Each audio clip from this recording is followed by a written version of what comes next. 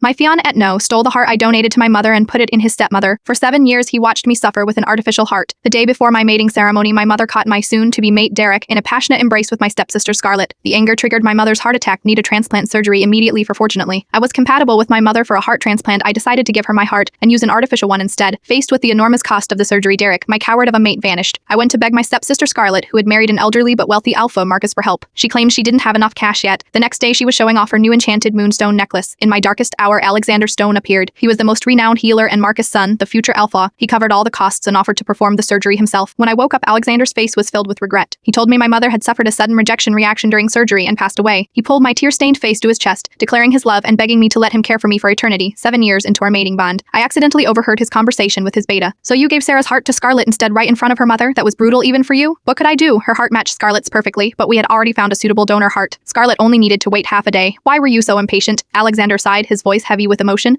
I couldn't bear to see Scarlett suffer, not even for a second. My fiancé secretly took the heart I had donated to my mother and had it transplanted into his stepmother instead. Standing just outside the study door, I gripped the handle until my knuckles turned white, my whole body trembling. The room next door, Alexander exhaled smoke rings, his tone barely concealing obscurity. Since I am bound by secular ethics and cannot be with my stepmother, I must protect Scarlett's safety for a lifetime. Alexander's beta Cain spoke again, his voice troubled. But Sarah can't fully adapt to the artificial heart. She suffers from coughing up blood and chest pains constantly. She cannot sense her wolf and can't even carry pups. And don't forget, minus her artificial heart only has 1 month of life left. It needs to be replaced soon. Are you really going to make her endure the agony of surgery after surgery for the rest of her life? Sarah loves you so much, give her heart back to her. You already have several backup donors lined up for Scarlett anyway. Alexander's response was immediate and harsh. No, every extra donor heart means more security for Scarlett's health. I won't take risks with her safety. Cain grew agitated. What about Sarah? I still remember how her mother died, tears of blood on her face. Aren't you afraid Sarah will try to kill you when she learns the truth? After a long silence, Alexander let out a bitter laugh. If she wants my life, she can have it. I always intended to care for her until the day I die anyway. As long as Scarlett is happy, I can die without regrets. I stood there, my hand shaking on the doorknob, veins standing out on my skin before Alexander could discover me. I recorded the conversation on my phone and fled back to our bedroom, collapsing against the wall because my body couldn't properly adapt to the artificial heart. I was constantly weak, suffering from bloody coughs and stabbing chest pains. Back then, Alexander had told me heart transplants had to come from living donors. Since my mother had passed away, he said he couldn't put my heart back in my body. I thought it was okay, at least my heart would be with my mother forever. No wonder Alexander wouldn't let me see my mother one last time, claiming I was too weak after surgery to leave my bed. He had rushed to handle all the funeral arrangements himself. Now I understood, minus his supposed redemption and deep love were just an altar built by a demon. He never even operated on my mother. Both my mother and I were just sacrifices he offered up to his beloved Scarlett. To keep me from suspecting anything, he had even pushed my mother into the operating room first, forcing her to watch helplessly as her daughter's heart was placed into another woman's body. Even without my heart, my chest felt like it was being torn apart. Sarah Alexander appeared suddenly. Seeing me coughing blood again, he quickly carried me to our bed, tenderly wiping the blood from my lips. I'm so sorry, Sarah, I haven't taken good care of you. Don't worry, I've already arranged for the best artificial heart. We'll replace it in a few days. His eyes reddened with guilt, just like every other time he'd seen me suffering.